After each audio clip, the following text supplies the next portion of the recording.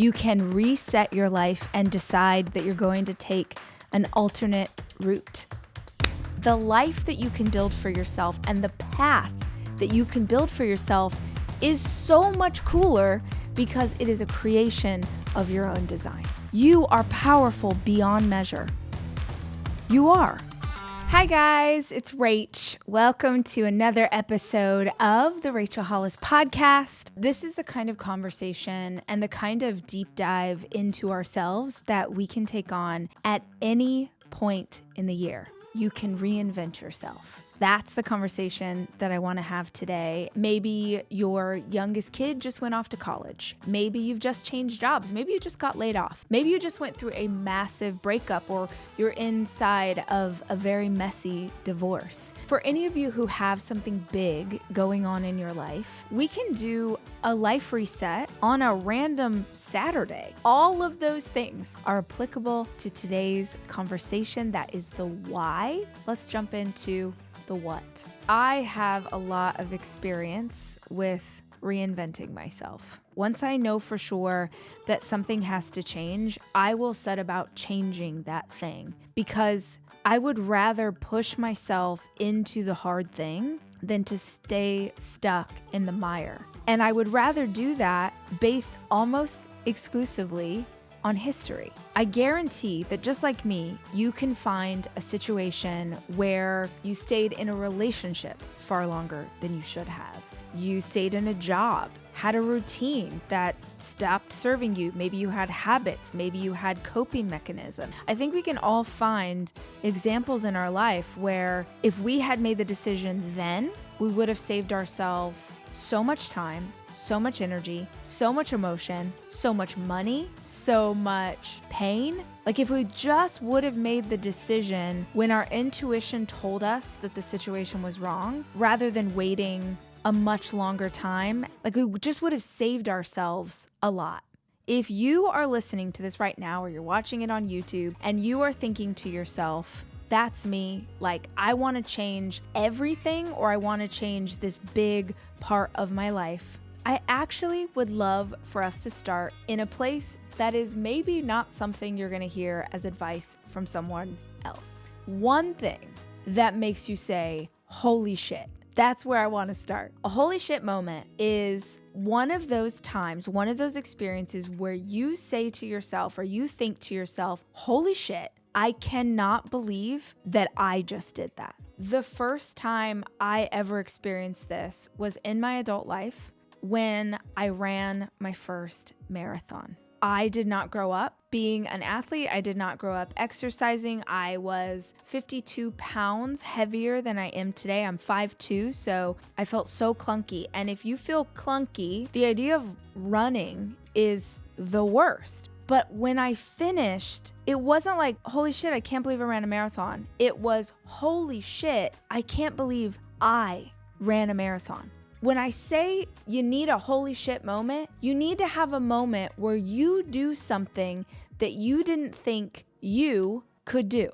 You're already living through things in life that are hard. Why not live through things in life that are exciting because you chose them? Half the audience has always wanted to get a tattoo, but doesn't because they think, quote, I'm not that kind of person. I'm like, y'all, you can literally change your entire perspective of yourself by tomorrow. So I would love for us to start remapping our life, resetting our life, reinventing our life by establishing that you are whoever you want to be.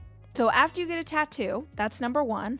The second thing, you stop beating yourself up. Come to terms and make peace with the decisions that you made that got you here, how you were hurt, who did what. You just make peace with it. It's the stuff that you've been turning over and over and over in your mind. That same thing, every time you give it more energy, you give your power away. Where you place blame, you place power. Think about it for a second. Whoever you are blaming, including a younger version of yourself, that is where all of your power lies. It's not being pushed towards the future. It's not being used in this present moment because you're placing blame. You're giving your energy away. Anytime you're inside of a situation that reminds you of that past experience, now you're triggering yourself based on past decisions, which holds you up in this present moment and keeps you from making any moves.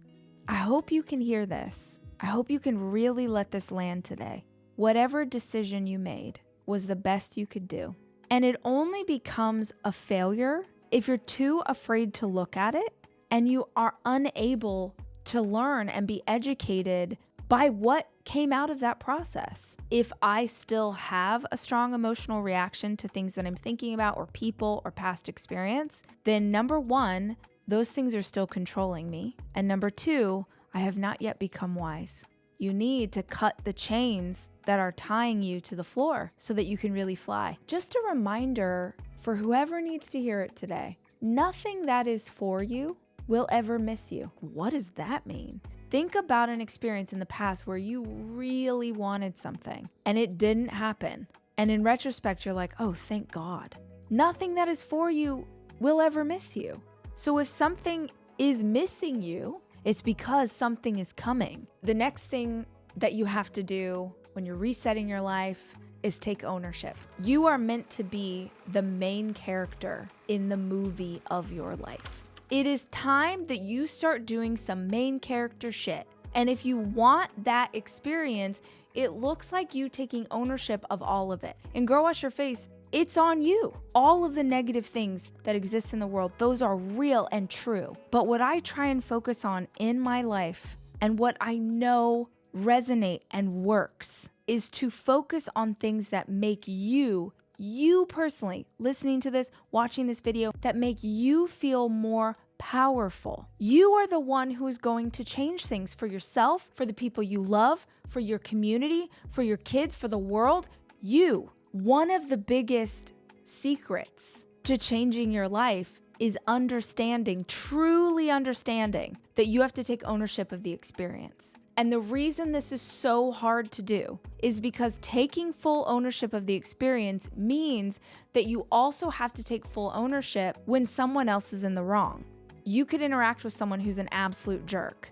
Yes, that is factual and that is true. Ownership says, I cannot control what the world throws at me, but damn, I sure can control how I react to it. Remember that we are ultimately responsible for what happens. The person who went and got a tattoo earlier, you are the only one who is going to make this life what you want it to be. The next thing that you can do and should do is to redefine your values and therefore your priorities. Whether you do that or not, you are living your values. It's very possible right now that you are living a life based on values that you have never considered before. The choices that you make, those are based on your values and your priorities. The food that you eat, the relationships you have, they're all based on values. When I was just starting to think about personal development, when I was really beginning to try and take ownership of my experience, I truly only had one thing that I could focus on. What you want for the future. Think through the kind of person that you want to be and define one value that you can make the focus of 2024.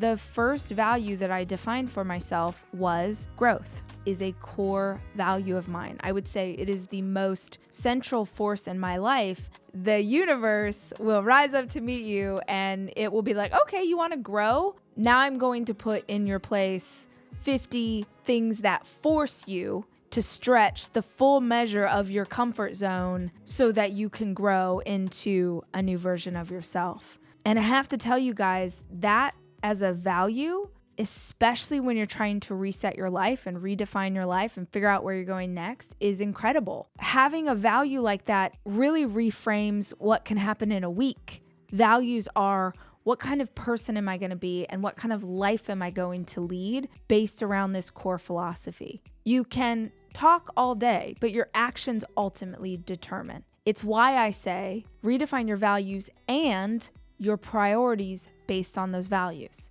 Once you have defined the values and the new priorities based on those values, just be mindful having these newly aligned values will require that you remove things from your life. If you decide that you are headed in a direction, you decide I am committed to growth and I want to do that in all areas of my life, it will mean that certain parts of your life must be removed that don't align with that vision. Because some of the biggest influence you have in your life lacks purpose. And often those things that have to fall away get more and more difficult to let go of as we get closer to the goal. But the closer you get to where you want to go, the more difficult it is to make those decisions. My 90-year-old self is the woman I want to be. My 90-year-old self has done incredible things, was an amazing mama, has created legacy, helped people, changed communities, created great things, lived well, had adventure. My 90-year-old self is my hero. Maybe it's a fantastical, silly thought, but I like it a lot. And it helps me stay connected to where I'm going and who I want to be. So as you start out on this journey of redefining your life, just stay connected to that as your North Star. Who is it that you want to be? Who is it that you're gonna be? Make decisions that push you closer to that ideal. That's never gonna steer you wrong. I'm wishing you joy in the journey as you head wherever you head next. I'm glad to be with you. I will be back soon with more conversation. If this episode was helpful, I would so appreciate if you'd consider sharing it on your social media or sharing it with a friend. And until I talk to you next time, as always, I love you and I'm rooting for you.